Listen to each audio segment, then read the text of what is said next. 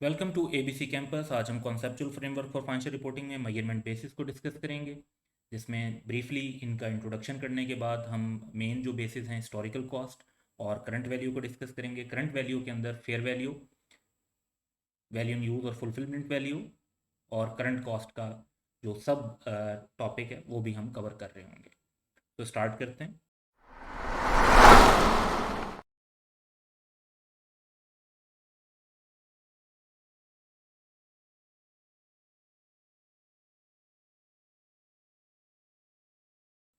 तो measurement basis की बात करें तो जितने भी एलिमेंट्स हैं जो फाइनेंशियल स्टेटमेंट में हम रिकग्नाइज कर रहे होते हैं, जैसे एसेट, लायबिलिटी, इक्विटी, इनकम और एक्सपेंस, तो उनको क्वांटिफाई किया जा रहा होता है मॉनेटरी टर्म्स में, यानी किसी ना किसी रुपीज़ में, डॉलर्स में, करेंसी यूनिट्स के अंदर हम उन्हें जो है मेजर कर रहे होते हैं।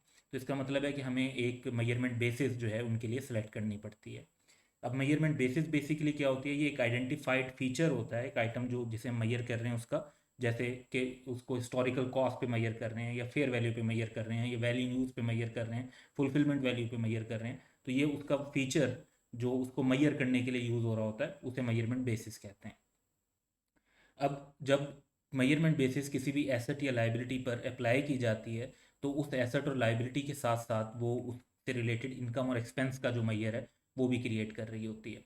अब जो डिफरेंट मेजरमेंट बेसिस हम यूज़ करते हैं डिफरेंट एसेट, लाइबिलिटीज, इनकम और एक्सपेंस के लिए, वो डिपेंड कर रही होती हैं टू फैक्टर्स पर। Number one, consideration of qualitative characteristics पर, यानी हमें ये देखना होता है कि एक यूज़फुल फाइनेंशियल इंफॉर्मेशन के लिए हमें किस मेजरमेंट बेसिस से ज़्यादा अच्छी इंफॉर्मेशन मिलेगी, जो ज़्यादा यूज़फुल होगी, जिसकी क्वालिटी बेहतर होगी। और दूसरा, कॉस्ट कॉन्स्टेंट भी होती है। बाज़ औक़ात ऐसा होता है कि एक मेजरमेंट बेसिस ज़्यादा अच्छी इंफॉर्मेशन तो प्रोवाइड कर सकती है, लेकिन अगर उस मेजरमेंट बेसिस को यूज़ किया गया तो एंटिटी की कॉस्ट काफ़ी ज़्यादा लग जाएगी। जैसे अक्सर हम ये अंडरस्टैंड करते हैं कि रिवैल्यूएशन मॉडल जो है वो ज़्यादा अपडेटेड और रिसेंट इंफॉर्मेशन प्रोवाइड करता है, लेकिन रिवैल्यूएशन को इनकॉर्पोरेट करने का मतलब है कि वैल्यूएशन करवानी पड़ेगी और उस पर एंटिटी की कॉस्ट लगेगी। तो सम टाइम एंटिटी के लिए जो फाइनेंशियल पोजीशन ऐसी होती है कि वो कॉस्ट जो है लगाना रीज़नेबल नहीं होता, तो कॉस्ट कॉन्स्टेंट की वजह से वो फिर कॉस्ट मॉडल यूज़ कर रहे होते हैं।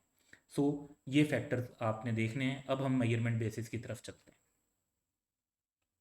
तो हिस्टोरिकल कॉस्ट की बात करेंगे। तो हिस्टोरिकल कॉस्ट जो है वो एक मॉनेटरी इंफॉर्मेशन प्रोवाइड करता है हमें एसेट, लाइबिलिटीज, इनकम, एक्सपेंस का, जो कि उस इंफॉर्मेशन पर बेस कर रहा होता है, मोस्टली तो फुली, लेकिन समटाइम्स एटलीस्ट इन पार्ट,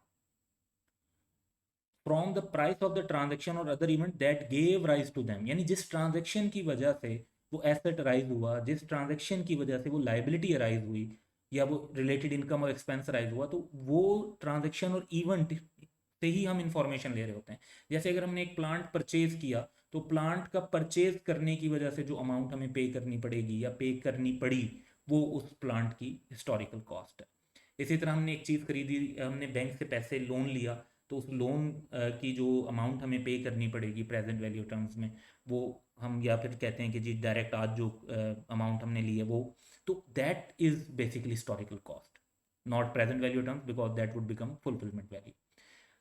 तो इसमें करंट वैल्यू से क्या डिफरेंस है? करंट वैल्यू से जो डिफरेंस है कि हिस्टोरिकल कॉस्ट में चेंजेस इन वैल्यू रिफ्लेक्ट नहीं होते, अदर देन दो, जैसे वो इम्पेयरमेंट हो या एक लाइबिलिटी जो है वो ऑनरस बन जाती है, कि लाइबिलिटी हम कहते हैं कि जी रिकॉर्ड की थी लेकिन अब और ज़्यादा देने पड़ेंगे, एस्टिमेट चेंज हो गया, तो वो लाइबिलिटी बढ़ा देंगे। इसी तरह अगर एक एसेट की इम्पेयरमेंट हो गई तो एसेट को कम कर देंगे।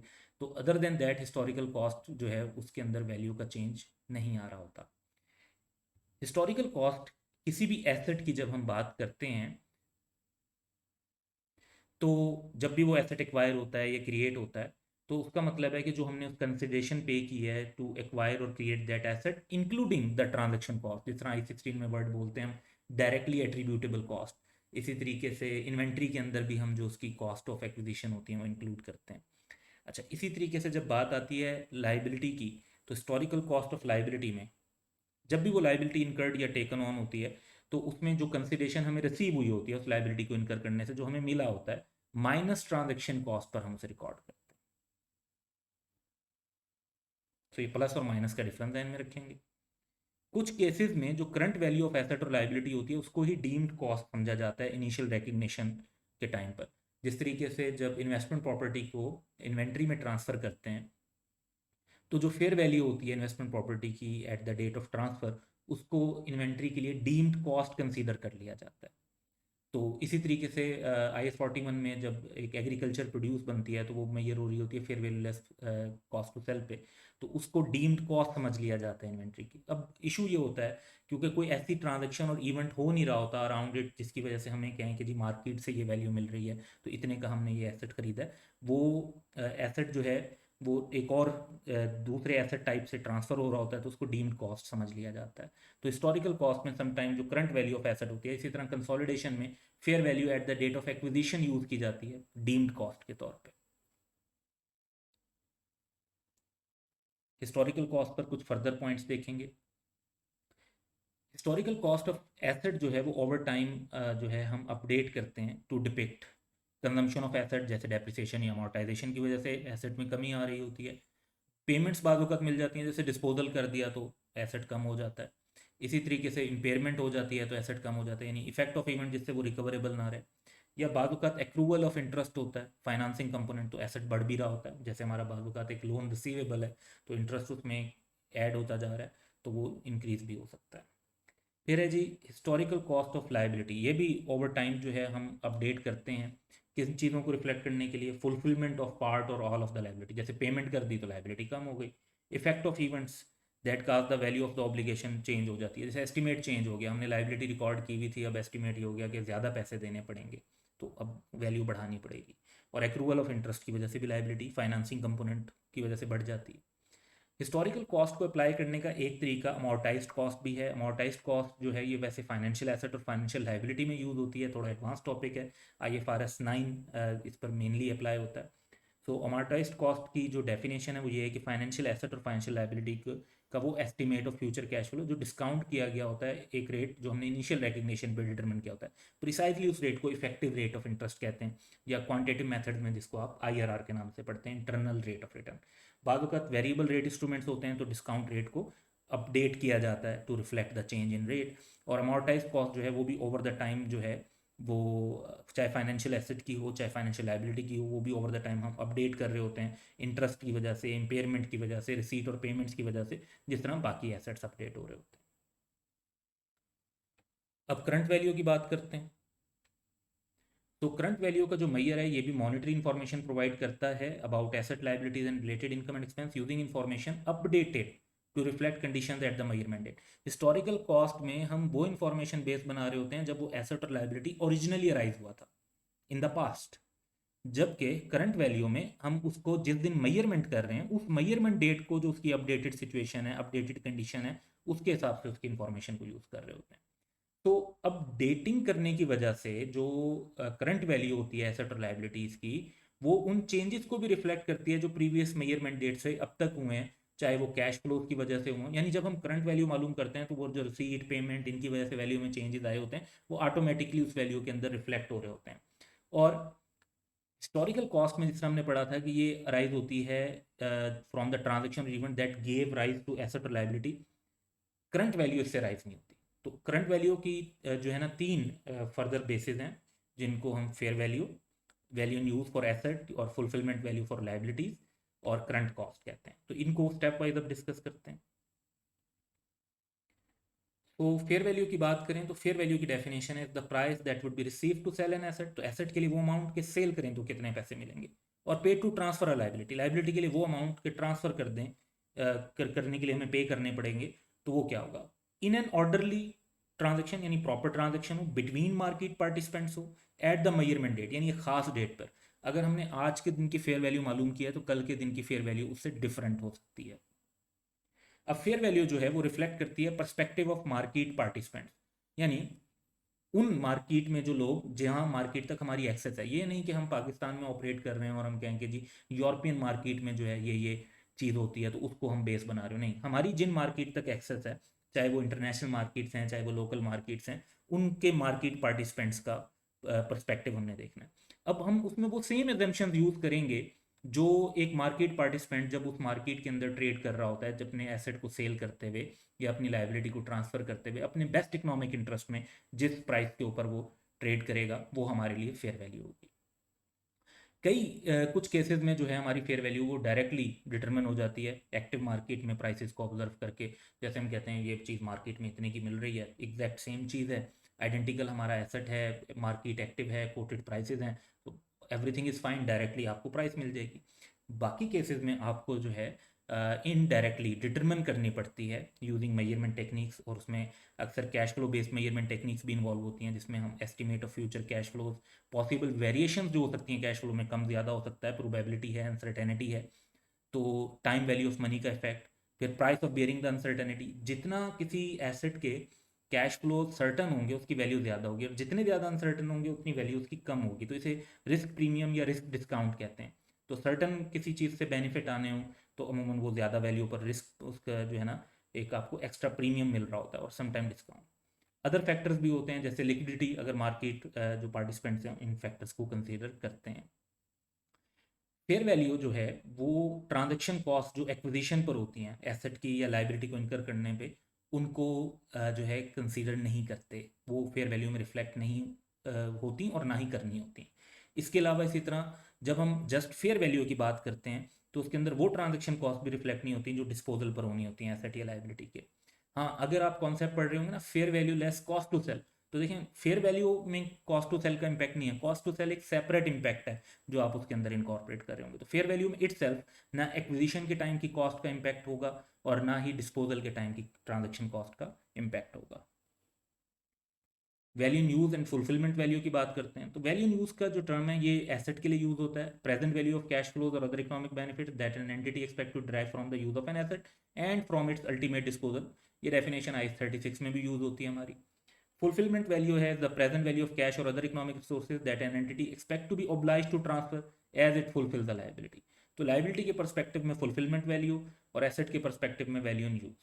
ये अमाउंट जो कैश की है या अदर इकोनॉमिक रिसोर्सेज की है include not only the amount to be transferred to the counter party, यानी हमने जिस पार्टी को पेमेंट करनी है सिर्फ उसकी अमाउंट को हम ध्यान में नहीं रखेंगे, but also the amount that the entity expects to be obliged to transfer to other parties to enable it to fulfill the liability. अब हमने अपने क्रेडिटर को जो पैसे देने हैं उसमें से वो पैसे भी हैं जो उसके वो जिसके लिए वो इंटाइटल्ड है, और वो पैसे भी देने हैं जो उसमें टैक्स के हैं और वो विद होल्ड कर रहा होगा हमारे से। तो बेसिकली हम दोनों अमाउंट को अपनी लाइबिलिटी कंसीडर करेंगे, जो हमने डायरेक्टली क्रेडिटर को पे करने हैं और जो हमने क्रेडिटर को पे करने हैं, और फिर वो बेसिकली गवर्नमेंट को जाने। तो काउंटर पार्टी की तरफ हमारी लाइबिलिटी हो या अदर पार्टीज की तरफ हमारी ऑब्लिगेशन हो, वो दोनों हम इंक्लूड करते हैं इसमें। अब जब वैल्यू इन यूज और फुलफिलमेंट वैल्यू की बात आती है तो इसमें एक्विजिशन के टाइम की ट्रांजैक्शन कॉस्ट शामिल नहीं होती, लेकिन इसमें अल्टीमेट डिस्पोजल के टाइम की ट्रांजैक्शन कॉस्ट का इम्पैक्ट होता है। So value in use and fulfillment value include the present value of any transaction cost an entity expects to incur on the ultimate disposal। तो फेयर वैल्यू में दोनों का impact नहीं होता, वैल्यू इन यूज और fulfilment value में acquisition time का impact नहीं होता लेकिन डिस्पोजल टाइम का होता है। तो वैल्यू इन यूज और फुलफिलमेंट वैल्यू जो है ये एंटिटी स्पेसिफिक एजम्पशंस पर होती हैं, ये मार्केट पार्टिसिपेंट्स की एजम्पशंस पर नहीं होती, और in practice sometimes there is a difference. बाज़ औक़ात आपकी जो एंटिटी स्पेसिफिक एजम्पशन है, फॉर एग्जांपल हमारी ये जो एक एसेट है उसका प्रोडक्ट एक ये हो सकता है कि हम मार्केट में सेल करेंगे, तो हमारे लिए जो मार्केट एजम्पशन है वही एंटिटी स्पेसिफिक एजम्पशन है। लेकिन बाज़ औक़ात ऐसा हो सकता है कि हमारा कोई कॉन्ट्रैक्ट हुआ वो ऑलरेडी गवर्नमेंट के साथ या किसी और ऐसी पार्टी के साथ, जिसके तहत हमारा जो भी आउटपुट होगा वो हमने उनको एक ऑलरेडी एग्रीड रेट पर सेल करना है, मार्केट में रेट चाहे उससे कम हो या ज़्यादा हो। तो ऐसी सिचुएशन में आप देखें कि हमारी जो एंटिटी स्पेसिफिक एजम्पशन है वो डिफरेंट है, और जो मार्केट की पार्टिसिपेंट्स की एजम्पशन है वो डिफरेंट है। तो डिफरेंट भी हो सकती हैं, सेम भी हो सकती हैं। वैल्यू यूज और फुलफिलमेंट वैल्यू जो है वो ऑब्वियसली डायरेक्टली ऑब्जर्व नहीं हो सकती, और इन्हें cash flow based measurement technique से ही फाइंड आउट किया जाता है, जिस तरह हम वैल्यू यूज कैलकुलेट करते हैं आईएस 36 में भी। और इसमें सेम फैक्टर्स जो हैं जो फेयर वैल्यू के लिए हम यूज़ करते हैं वही यूज़ होते हैं, बस ये फ़र्क होता है कि इसके अंदर एंटिटी स्पेसिफिक परस्पेक्टिव होता है और फेयर वैल्यू के अंदर मार्केट पार्टिसिपेंट्स का परस्पेक्टिव होता है। करंट कॉस्ट की बात करेंगे। करंट कॉस्ट अगर एसेट की बात करें तो कॉन्सेप्ट ये है कि cost of an equivalent asset at the measurement date, यानी मेजरमेंट डेट पर है, जिस तरह फेयर वैल्यू लेते हैं, comprising the consideration that would be paid at the measurement date plus the transaction cost that would be incurred at that date.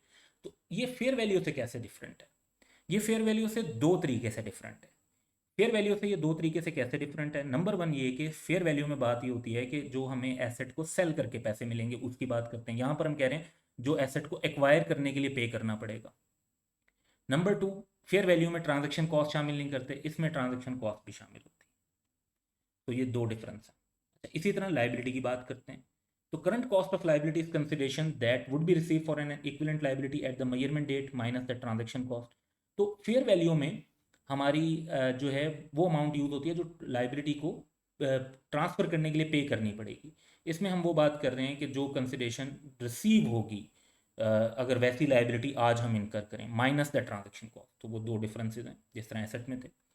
So current cost जो है historical cost की तरह एंट्री वैल्यू है। Entry value का मतलब ये होता है कि इसमें हम ये देखते हैं कि जब एसेट हमारे पास आएगा तो क्या कॉस्ट होगी, जब लाइबिलिटी हम इनकर करेंगे तो क्या कॉस्ट होगी। हिस्टोरिकल कॉस्ट में भी यही कॉन्सेप्ट होता है। यानी ये वो प्राइसेस रिफ्लेक्ट करता है जिस दिन आप एसेट एक्वायर करेंगे या लाइबिलिटी इनकर करेंगे। तो ये fair value, value in use और फुलफिलमेंट वैल्यू से डिफरेंट है, क्योंकि fair value, value in use और फुलफिलमेंट वैल्यू में आप एग्जिट वैल्यू कंसीडर कर रहे होते हैं कि आप कह रहे होते हैं हमारे पास से चीज जाएगी तो कितने में जाएगी। तो करंट कॉस्ट इस एंगल से फेयर वैल्यू और वैल्यू इन यूज से डिफरेंट है और हिस्टोरिकल कॉस्ट से मैच करती है। लेकिन एक एंगल से हिस्टोरिकल कॉस्ट से डिफरेंट है। वो कैसे कि हिस्टोरिकल कॉस्ट जिस दिन एक्विजिशन डेट के ऊपर एसेट की कंडीशंस को रिप्रेजेंट कर रही होती है, जबकि करंट कॉस्ट मेजरमेंट डेट पर अपडेटेड कंडीशंस को रिफ्लेक्ट कर रही होती है। तो कुछ केसेस में ऐसा भी होता है कि करंट कॉस्ट जो है वो रिलायबली जो है हम डायरेक्ट डिटरमिन नहीं कर सकते एक्टिव मार्केट की बेस पर, तो दूसरे मीन से फॉलो करना पड़ता है। फॉर एग्जांपल, यहाँ पर एक एग्जांपल दी हुई है कि समटाइम्स ऐसा होता है कि हमारे पास एक एसेट है जो कि जिसकी टोटल लाइफ 30 ईयर्स है, बिल्डिंग है लेट से, और वो जो है ना हमारे पास जो एसेट है वो 10 साल पुराना है। अब मार्केट में हमारे पास ऐसी तो वैल्यूज अवेलेबल हैं कि बिल्डिंग खरीदें तो कितने की मिलेगी, सेम एरिया में, सेम कंस्ट्रक्शन स्टाइल में, लॉट ऑफ थिंग्स सिमिलर और आइडेंटिकल, लेकिन वो न्यू एसेट की वैल्यू मिल रही है। अब हमारा एसेट न्यू नहीं है, हमारा एसेट जो है वो 10 ईयर्स ओल्डर है। तो हमें जो वैल्यू मार्केट से मिल रही है उसके अंदर हमें कुछ एडजस्टमेंट्स करनी पड़ेंगी जो हमारे एसेट की एज का और जो मार्केट में जो एसेट्स एक्वायर हम कर सकते हैं उनकी एज का डिफरेंस है, तो उसकी वजह से जो प्राइस की एडजस्टमेंट है वो करेंगे तो फिर हमें करंट कॉस्ट फाइंड आउट हम कर सकते हैं। तो ये हमारी मेजरमेंट बेसिस पे conceptual framework for financial reporting के कॉन्टेक्स्ट में लेक्चर था।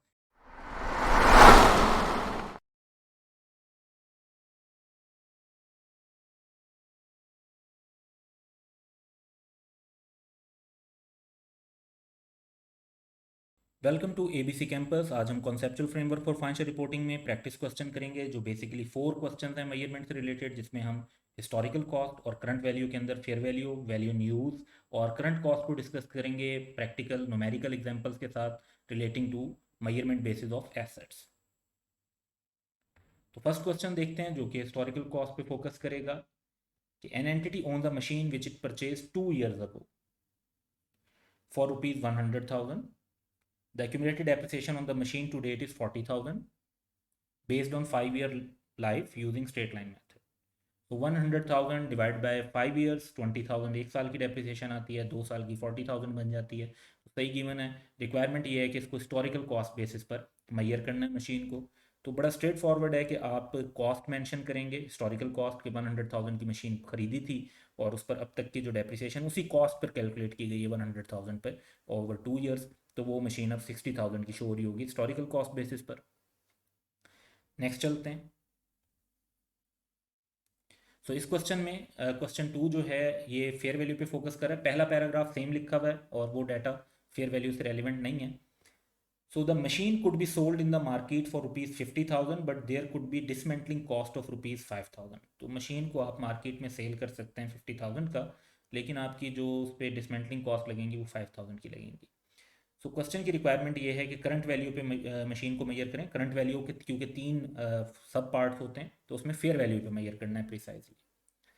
तो जब हम फेयर वैल्यू की बात करेंगे तो फेयर वैल्यू वो मार्केट वैल्यू है जिस पर आप उसे सेल कर सकते हैं without deducting any transaction cost और adding any transaction cost.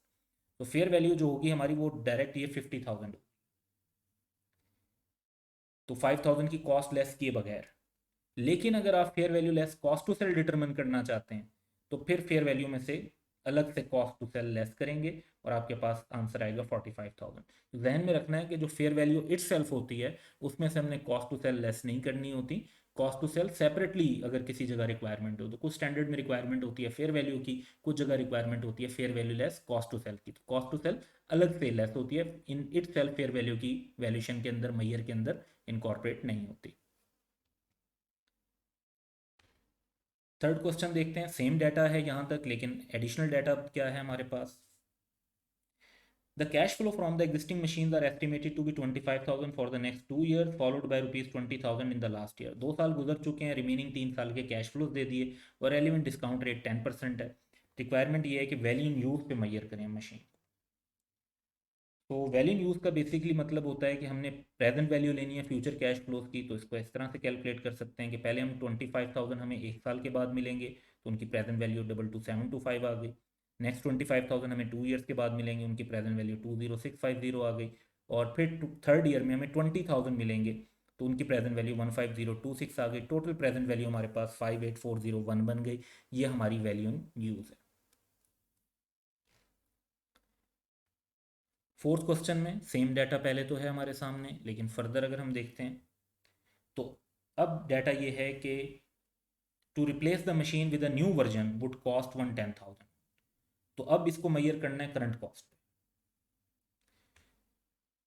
So current cost का मतलब ये होता है कि नई मशीन की जो हमारे पास रिप्लेसमेंट कॉस्ट है ये दी हुई है। हमारे पास जो मशीन है वो न्यू वर्जन नहीं है, वो 2 ईयर्स यूजेज के बाद है। तो रिप्लेसमेंट कॉस्ट जो है वो न्यू मशीन की गिवन है 110,000। ये तो अप्रोप्रिएट वैल्यू नहीं होगी करंट कॉस्ट के तौर पे, हमें 2 साल पुरानी मशीन की वैल्यू चाहिए तो हमें एडजस्टमेंट करनी पड़ेगी। तो एडजस्टमेंट क्या करेंगे कि हम कॉस्ट ऑफ न्यू मशीन लेंगे 110,000 और 110,000 की बेस पर 2 ईयर्स की डेप्रिसिएशन का इफेक्ट ले लेंगे 44,000।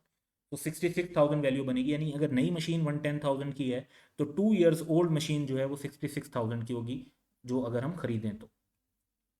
ये हमारी जो है करंट कॉस्ट आ गई। अब ये कॉन्सेप्ट जो है सारे कॉन्सेप्ट क्योंकि सेम डाटा हमने यूज़ किया, ये हिस्टोरिकल कॉस्ट के लिए, उसके बाद फेयर वैल्यू, उसके बाद वैल्यू इन यूज़ और उसके बाद करंट कॉस्ट। तो इन सारे आइटम्स को एक साथ ज़रा देखते हैं। देखें historical cost per 60,000, same asset की फेयर वैल्यू की बेस पे मैयरमेंट 50,000 होगी, वैल्यू इन यूज़ की बेस पर 58401 होगी और करंट कॉस्ट की बेस पर 66,000 होगी। सो इम्पॉर्टेंट बात यह है कि डिफरेंट मेजरमेंट बेसिस जो हैं वो डिफरेंट वैल्यू के अंदर रिजल्ट करती हैं और इस वजह से इनका प्रॉफिट और लॉस के ऊपर भी फ़र्क पड़ता है और एंटिटी की जो फाइनेंशियल पोजीशन प्रेजेंट हो रही होती है उस पर भी फ़र्क पड़ता है। तो मेजरमेंट बेसिस जो हैं वो केयरफुली सिलेक्ट करनी चाहिए, ऐसी सिलेक्ट करनी चाहिए जो रेलिवेंट सर्कमस्टांसिस में यूज़र्स ऑफ फाइनेंशियल स्टेटमेंट को जो उनके लिए ज़्यादा यूज़फुल इंफॉर्मेशन है वो प्रोवाइड करें। Welcome to ABC campus. आज हम conceptual framework for financial reporting से रिलेटेड पास्ट एग्जाम का एक क्वेश्चन कर रहे हैं स्प्रिंग 2020 की अटैम्प्ट से, जिसका टाइटल है मेजरमेंट बेसिस फॉर एसेट्स। तो क्वेश्चन थ्योरेटिकल है जस्ट, जिसमें ये रिक्वायरमेंट थी कि briefly describe the measurement basis that may be use to measure the value of assets in the financial statement. Already हमने अपने एक लेक्चर के अंदर इन मेजरमेंट बेसिस को डिस्कस किया है। हमारे लेक्चर में हमने मेजरमेंट बेसिस एसेट्स और लाइबिलिटीज़ दोनों की डिस्कस की थी, जबकि इस क्वेश्चन की रिक्वायरमेंट स्पेसिफिकली जस्ट एसेट्स को फोकस कर रही है।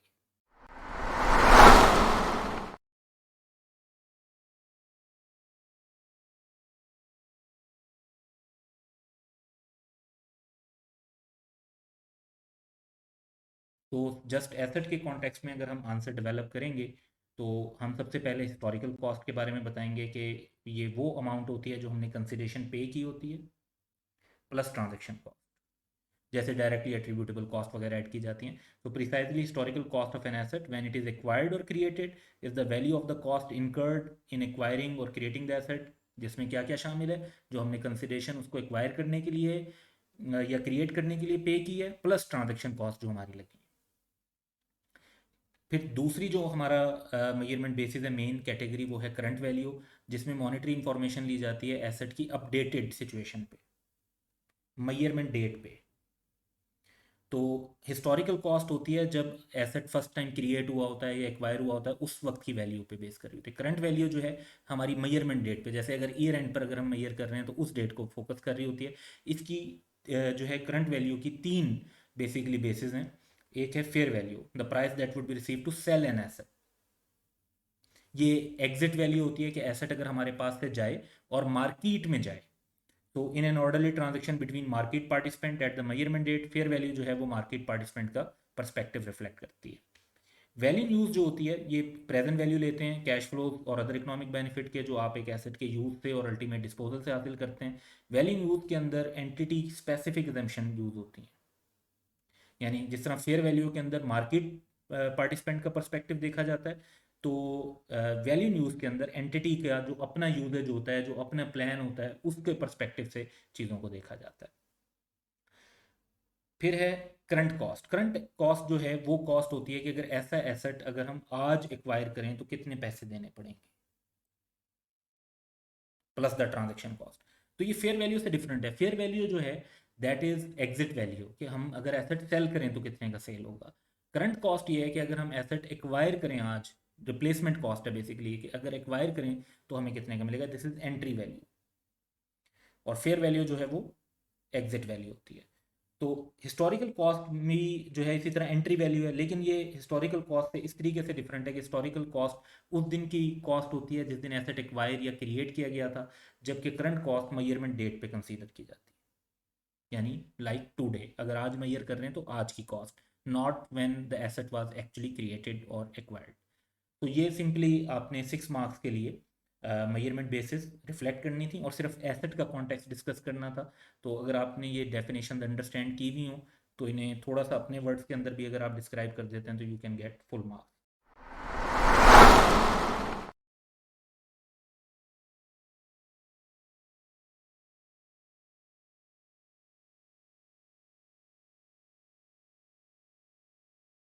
Welcome to ABC campus. आज हम conceptual framework for financial reporting में एक प्रैक्टिस क्वेश्चन कर रहे हैं जिसके अंदर सिंपली सर्टन स्टेटमेंट्स का हम ट्रू एंड फॉल्स आइडेंटिफाई करेंगे। So question है कि analyze the following statements as either true or false along with reasons for the selected answers. तो फर्स्ट स्टेटमेंट हमारे पास है कि in case of conflict between requirements of conceptual framework and IFRS, the requirements of conceptual framework shall prevail.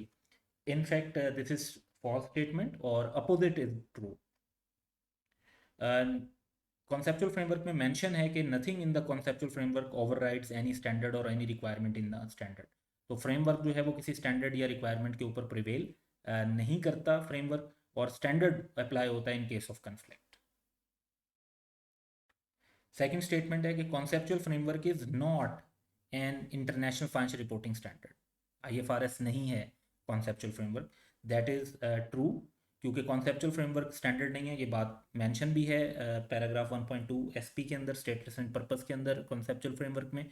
और लेकिन ये कि इसकी importance ये है कि कॉन्सेप्चुअल फ्रेमवर्क की कि ये एक फाउंडेशन प्रोवाइड करता है जिसकी बेस पर consistent development of IFRS possible होती है। थर्ड स्टेटमेंट है कि H R related cost is recognized as an asset in the financial statement since economic benefit is probable from human resource.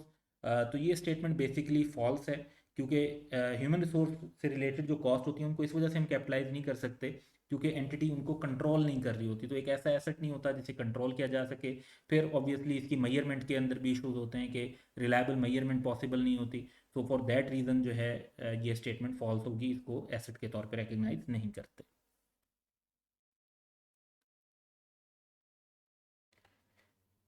Next statements देखते हैं कुछ। Statement 4 है कि internally generated goodwill is recognized as asset and measured at fair value in the financial statement. तो basically ये statement false है। Internally generated goodwill को recognize नहीं करते और उसकी वजह ये होती है कि उसकी कॉस्ट या वैल्यू रिलायबली मेजर नहीं हो सकती। IAS 38 इस पर स्पेसिफिकली प्रोहिबिट करता है recognition of internally generated goodwill को। तो ये फ्रेमवर्क से ज़्यादा IAS 38 का रेलिवेंट पॉइंट बन जाता है और वहाँ पे स्पेसिफिकली प्रोहिबिटेड है, और रीज़न भी ये मेंशन है स्टैंडर्ड में कि क्योंकि इसकी रिलायबल मेजरमेंट पॉसिबल नहीं है। स्टेटमेंट 5 है कि when economic benefit rise over several accounting periods and the association with income can only be decided in broad terms, expenses should be recognized in profit and loss of each accounting period on the basis of systematic and rational allocation procedure. तो ये statement बिल्कुल true है, ये हम matching principle follow करते हैं। हम depreciation भी इसी बेसिस पे रिकग्नाइज कर रहे होते हैं। हम government grant related to asset जो होती है उसको भी प्रॉफिट और लॉस में रिकग्नाइज कर रहे होते हैं over the period due to the same concept. Statement 6 है कि when an item of expenditure is not expected to provide any future economic benefit, it is recognized as an asset in the financial statement. जब उससे future economic benefits नहीं आने तो फिर वो ये स्टेटमेंट तो फॉल्स हो गई कि वो एसेट के तौर पर रिकग्नाइज होगा। तो फॉल्स स्टेटमेंट है, इंस्टेड एक्सपेंस रिकग्नाइज होगा इस सिचुएशन में जब एक ऐसा आइटम है जिससे फ्यूचर इकोनॉमिक बेनिफिट्स नहीं आने, क्योंकि प्रेजेंट इकोनॉमिक रिसोर्स का मतलब ही यही है कि उससे फ्यूचर में इकोनॉमिक बेनिफिट्स हमें मिलने का पोटेंशियल होना चाहिए। स्टेटमेंट 7 देखते हैं। In fair value method assets are measured at the amount that would be paid to purchase the same और सिमिलर एसेट करंटली। तो बेसिकली ये जो अमाउंट जिस पर सेम और सिमिलर एसेट करंटली हम ऑब्टेन कर सकते हैं पे करके, ये वो अमाउंट होती है जिसे हम करंट कॉस्ट कहते हैं। तो ये स्टेटमेंट फॉल्स है। करंट कॉस्ट होती है एंट्री वैल्यू कि आज ऐसा आइटम खरीदें तो कितने का मिलेगा। फेयर वैल्यू एग्जिट वैल्यू होती है। फेयर वैल्यू की डेफिनेशन है कि वो अमाउंट जो रिसीव होगी अगर हम इस एसेट को सेल करें in an orderly transaction between market participants at the measurement date. So fair value की डेफिनेशन ये नहीं है, ये करंट कॉस्ट की डेफिनेशन है। दोनों करंट वैल्यूज हैं लेकिन दोनों में कॉन्सेप्ट का डिफरेंस है। तो ये स्टेटमेंट्स थी जिनको हमने आपके साथ डिस्कस करना था। That's all for today. Have a good day.